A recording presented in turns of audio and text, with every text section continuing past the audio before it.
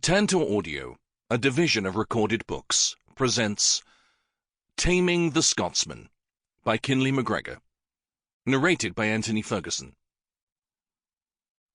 Prologue. Today was the anniversary of the day. The day that had changed Ewan MacAllister's life forever. In one moment, he had been the naive son of a respected and feared laird. In the next, he'd been the murderer of his own brother. His stomach knotted by grief and guilt, Ewan stared out across the loch where its dark, choppy waves shimmered like glass, and remembered his brother Kieran's face. Remembered the day he had taken the one thing Kieran had loved more than life itself. "Damn you, Isabel," he snarled, before he downed the last of the ale in his flagon. If not for Isabel and her evil machinations, the world in which he lived would have been an entirely different place. Ewan would have married Katie Ingen Angus, and no doubt Kieran would have married Fear of the MacDouglas clan, and they would have lived out their lives as close friends. Now his brother was lost to the blackened depths of this loch, and Ewan was sworn to live out his life alone, paying penance for the fact that he had cost his brother his immortal soul.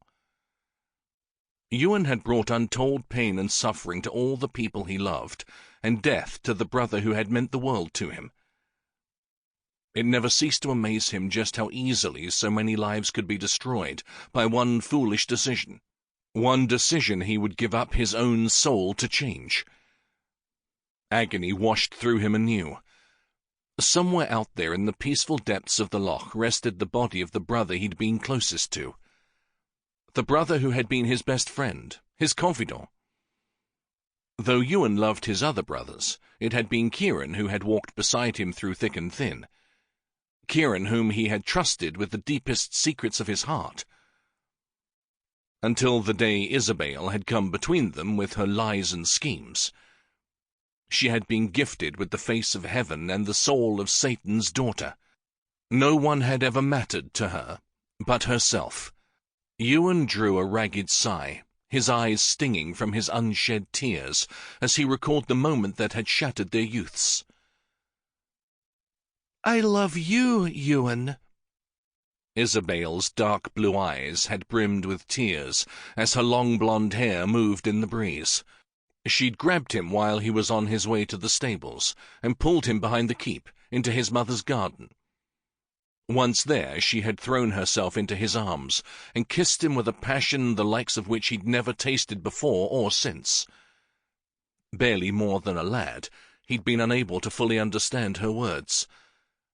How could a woman so fair, so fine, even have a passing care for a lanky lad who could scarce walk about without banging his head into something? Ewan knew he didn't have the handsomeness or charms of his brothers. It was a fact everyone commented on. So how could Isabel want to be alone with him? He tried to pull away, but she'd refused. "You are promised to Kieran," he'd said. Her viperous eyes had filled with more tears. "That is of Kieran's doing, not mine. I tried to tell him that I do not love him, but he won't listen." Her hand had burned into his arm as she rubbed the muscles there and leaned her body against his invitingly. "Please, Ewan, you must help me. I dinna want to be bound to a man I dinna love. One who listens but never hears a word I say. It is you I need. You who have won my heart with your silent power. I want a man who can take care of me, protect me, one who doesn't bore me with words. Take me to England, and I will be yours for evermore." Young and foolish, he'd believed her while never knowing she'd said the very same words to Kieran to get him to take her away from Robbie MacDouglas. Robbie had been her father's choice of husband, but Isabel had refused to see the union met. She'd told Kieran that she loved him, and that if he would help her, she would gladly be his wife. However, the only person Isabel loved was herself. In the quietness of the garden on that spring day, Ewan had lost his innocence in more ways than one. 3 days later, The two of them were sneaking out of the bailey and headed to England, supposedly to meet up with Isabel's aunt, who would take them in.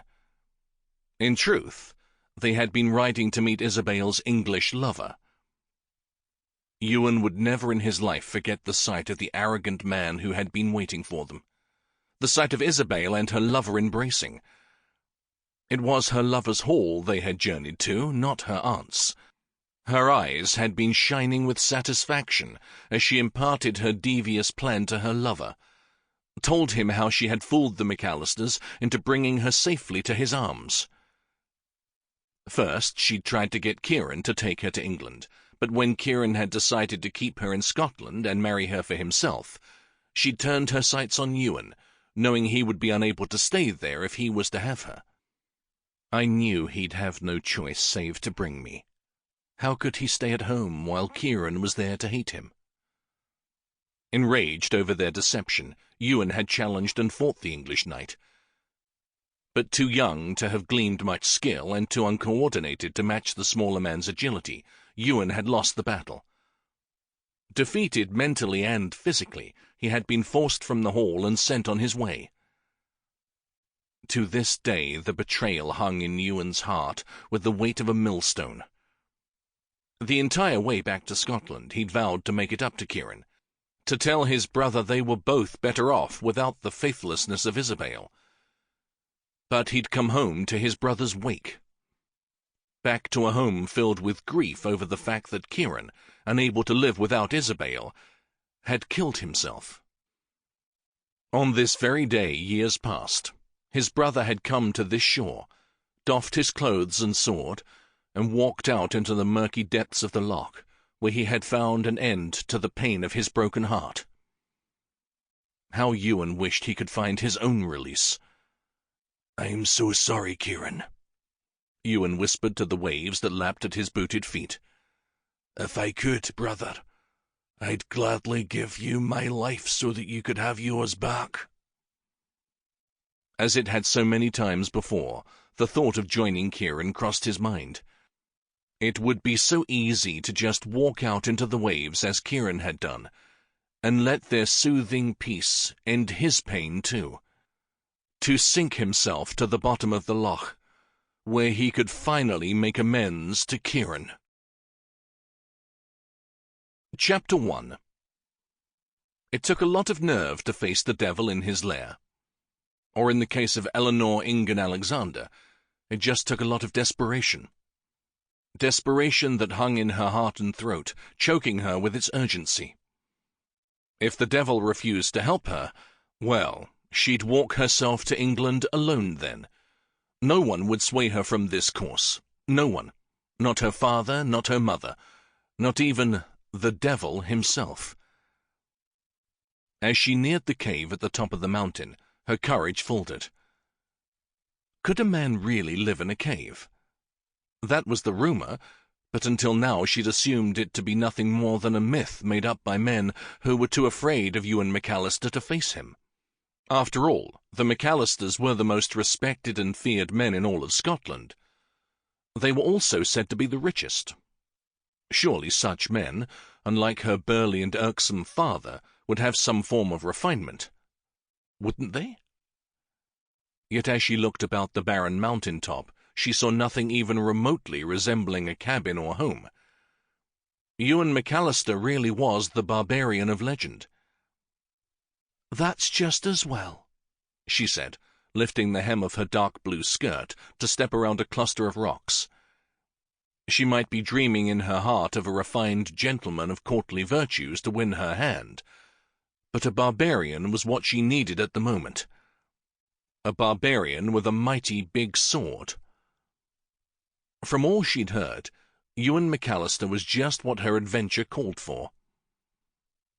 At the top of the craggy slope, she realized that the cave had a wooden door that was mostly concealed by brush and dirt. Apparently Ewan had no desire for visitors. Any other time she would take the hint and respect his wishes, but right now she couldn't afford to. Her need for freedom was much greater than his for solitude. Nora started to knock, then paused as she looked about the small cleared area. What an interesting place he had here. The cave looked out onto the loch far below, where the sunlight glistened on the water. It was a breathtaking view. Calm, serene. No wonder the man had chosen it. Surely a true barbarian wouldn't be able to appreciate something as refined and beautiful as this view. It gave her hope. Moving back to the door, she knocked on it. No one answered. "Hello?" she called, knocking louder. "Is anyone there?" Still no answer. Undaunted, she tried the door. The latch clicked, and it opened easily enough. Inside, she found an even more interesting abode. The floor was covered with plush rugs and rushes. The stone walls even held a few tapestries to blot the dampness. There was a strangely designed fireplace that had a bent flume and chimney to go out the side of the mountain instead of up through the top. A table and 2 chairs were set before it. But the most interesting thing of all was the bed at the rear. Large and lush, it looked as if it belonged in some fine noble's castle, not stuck out in the midst of the woods on top of a mountain. Ewan MacAllister was a strange man indeed. Why would he choose such a place and then bring with him the comforts of home? And it was then she heard the snarling sound of the beast himself. It was a brief, eerie kind of snort, terrifying and deep. Her heart skipped, then pounded, as she realized it came from the large bed. All she could see from her position by the door was a dark lump she now assumed was a man. He was asleep. It was high afternoon, too early to be abed for the night, and too late to be abed from the morning. A nap, perhaps? Or was he ill? Please, not sickness. She needed him to be hale and hearty for this venture. A sick barbarian wouldn't do at all. "Excuse me?" she asked, stepping nearer the lump. "Lord Ewan, might I have a word with you?" Only the snore answered her. Well, bother this. Here she'd come all this way expecting to face an ogre, and all she got was a sleeping cub. Where was the giant of legend who terrified everyone who spoke his name? She needed that fearsome beast. Aye, she needed him. Stiffening her spine, she approached the bed, then faltered again, as she saw him clearly for the first time in the dim light of the cave. He lay on his side, spread out across the mattress, as naked as the day he'd entered the world. Not once in her life had Nora ever beheld a naked man, but she was quite certain no other man looked as fine and handsome as this one, especially not while he slept. His long, muscled limbs seemed to go on forever. He was so large in stature and muscle that the bed barely accommodated him. And if he was stretched out to his full height, she was certain his arms and legs would be left dangling over the edges. His black hair was shaggy and ill-trimmed, and draped over a face so manly and handsome that it stole her breath to look at him. He held at least a week's growth of beard on his face. The rugged, untamed look only made him seem even more desirable. Fierce. Barbaric. His tanned flesh was stretched tight over muscles that were rock-hard and well-defined. Aye, this was a fine man to make her heart race and her body warm. Truly, he had no equal. Before she could stop herself, she realized her gaze was traveling down to the center of that delectable male body, to his... Her face flamed. Och, now, she couldn't be having any of this. She was a decent maid, not some hoyden to be staring at a man's piece. Although... Nora cocked her head as she studied it. It was an interesting piece, rather large as it lay nestled in the short dark curls. It seemed oddly harmless lying there, and she had a sudden urge to reach out and touch it. "Eleanor Ingen Alexander, where is your mind?" In the sty, obviously, mired with earthy, lust-filled curiosity.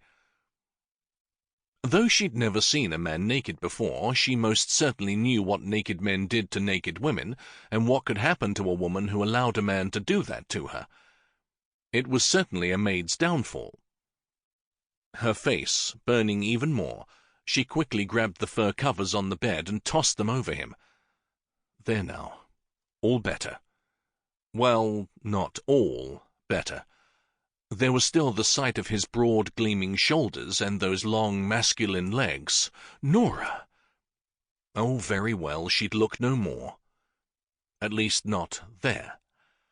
But she couldn't quite seem to keep her gaze from drifting over him again. There wasn't really anything wrong with looking at a man's legs, was there? As she contemplated the sinfulness of it, he shifted and the covers took a dangerous tilt. "We can't be having any of that," she said aloud, pulling the cover back over him. As her fingers accidentally brushed his hard, rippled stomach, one large, powerful hand seized her wrist and held it immobile. Gasping, she looked up into a pair of the bluest eyes she'd ever beheld.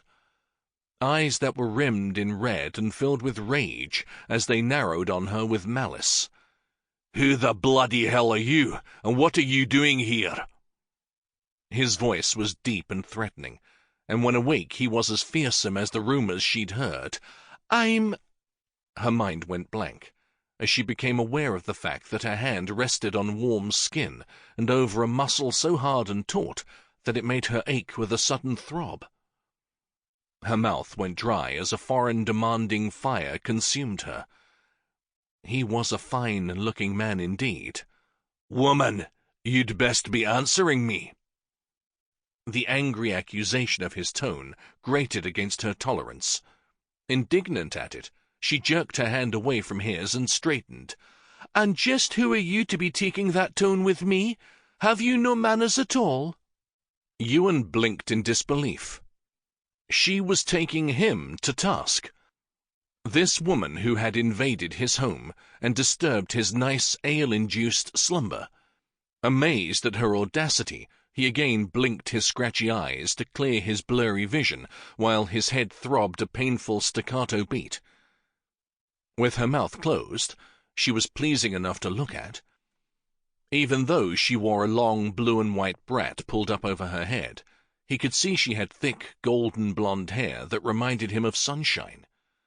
Her medium-sized amber eyes were shaped like a cat's, and they turned up just a hint at the corners. Impish. That was the only word to describe her fey beauty, and yet there was a proud dignity to her that told him she was well-bred, and not some country lass to come wreak havoc with him. But why would such a woman be here in his cave? Alone. "Who am I?" he answered her question slowly. "I happen to be the man who owns this place, and one who doesn't take well to unannounced, unknown visitors. Now, given the fact you've intruded into my domain, the least you can do is enlighten me as to who you are and why you're intruding." That took some of the bluster out of her, as she looked away from him and muttered, "Well, I did do that." She turned her gaze back to his, and lifted her chin as she recovered her courage, and when she spoke, her words were full of conviction. "But I'm here for a good reason." "It had better be a damned good reason." "Here now," she said, as she actually waved a chastising finger at him. "No need to curse at me. This is already awkward enough, what with your being naked and all." He arched a brow at her words. He'd forgotten that one piece of this, but since she brought it up he was instantly aware of the fact that nothing but a fur covered him. "But that's no need to be discourteous." He snorted at that. "I was born discourteous." "So they say, however, discourteous or not, I have need of your services." He arched his other brow as a bit of amusement went through him, and he taunted her before he could stop himself. "My naked services?"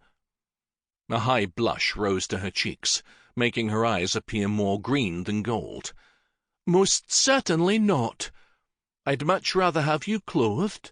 But if 'tis your custom to walk about bare, well then, I suppose to each his own." For the first time in years he was actually amused. She was a cheeky, bold lass, unlike anyone he'd ever met before.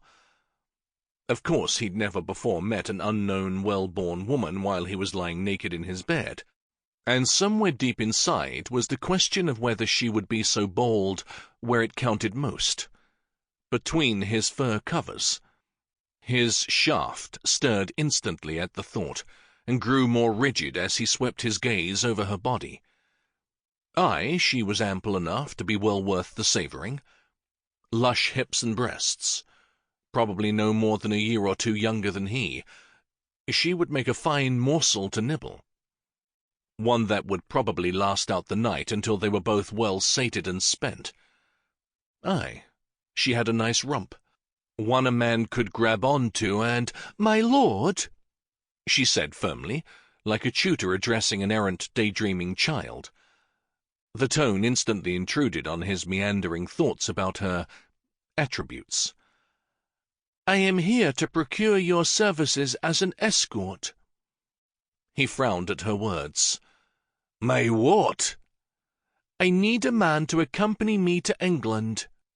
Nay, his mind roared as he remembered all too well what had happened the last time a woman had said those words to him. That was the last thing he needed said to him today of all days, most especially out of the mouth of a beautiful, blonde woman. She took a step back at his snarl. "I beg your pardon?" he growled. She swallowed. "I need a man to take me to my aunt's home in England." It was all Ewan could do to stay in his bed and not tear down the walls. Surely the fates were mocking him with this. How could this happen to one man twice in the same lifetime? "Why?" he asked. Unaware of the fury roiling inside him, she cleared her throat.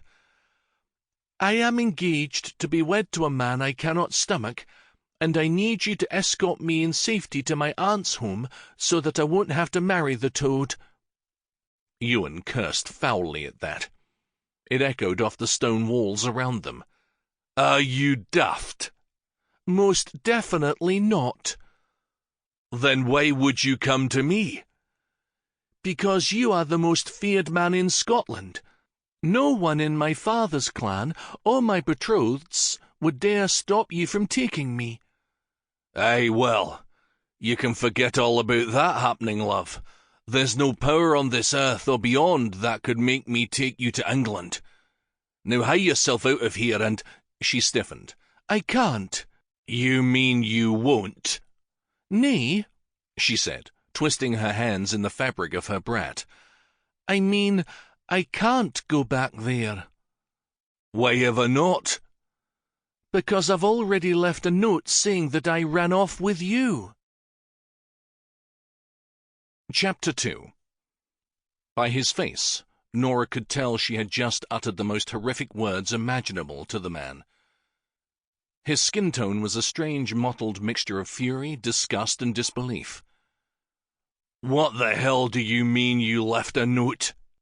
Judging by the wrathful gleam in his icy blue eyes, she had most definitely said the wrong thing.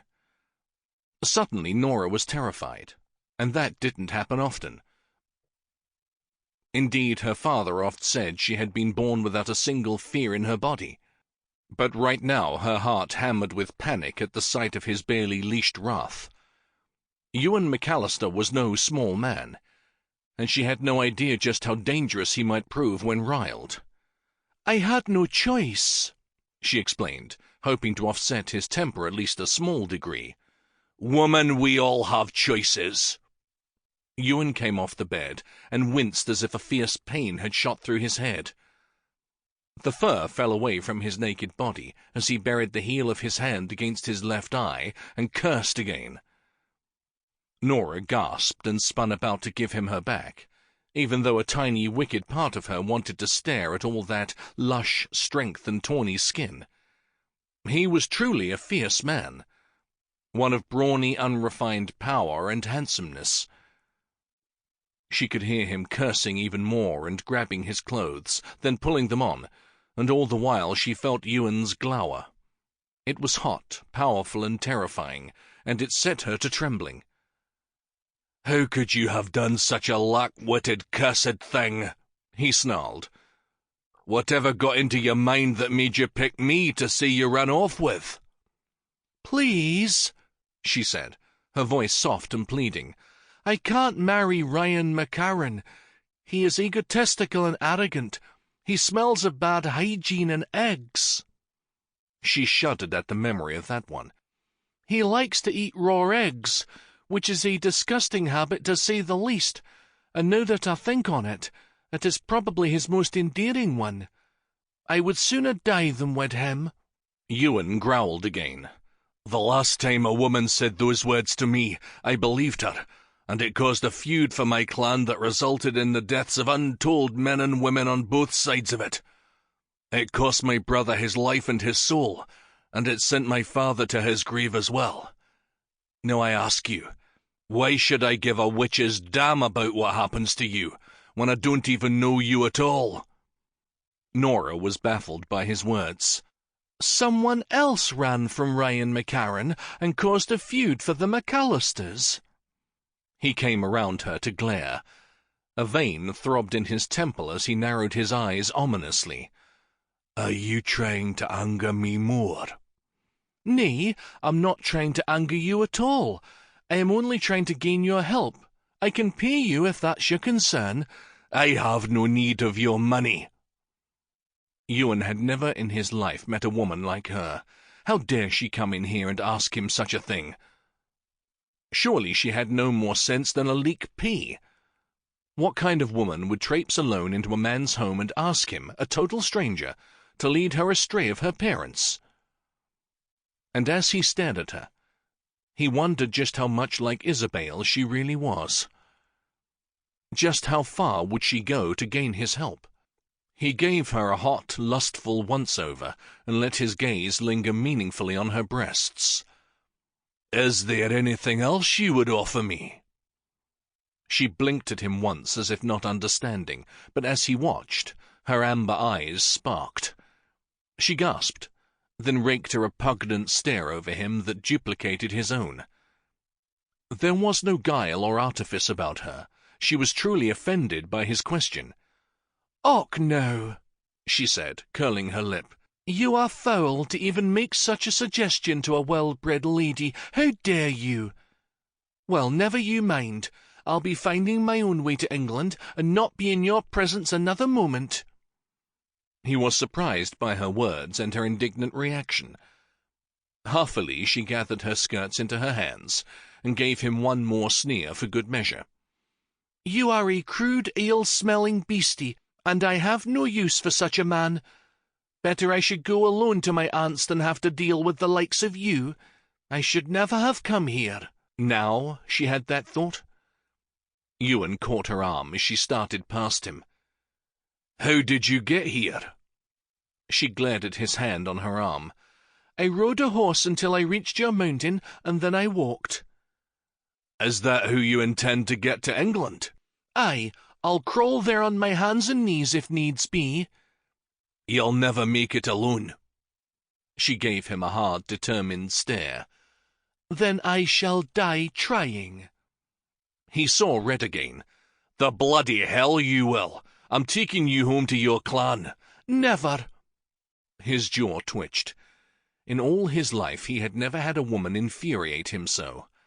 Women were either too terrified or too lust-filled in his presence to do much more than nod or giggle. But this one made his blood boil. "You think I won't?" he asked her. She snatched her arm free of his grasp. "I think you don't know who my clan is. You have no idea who I am, and you can't take me back to my father unless I tell you, which I most certainly will not do." She had him there, but not for long. "You will tell me." "Huh!" she snapped, lifting her chin defiantly. Ewan clenched his hands into fists. What did a man do with such a woman? "Why of all the men in Scotland did you come to me?" he asked. Because you and your brothers are the only men I know who scare Ryan. I knew Sin and Braden MacAllister would never leave their wives to take me to England, and Lachlan... Sample complete. Ready to continue?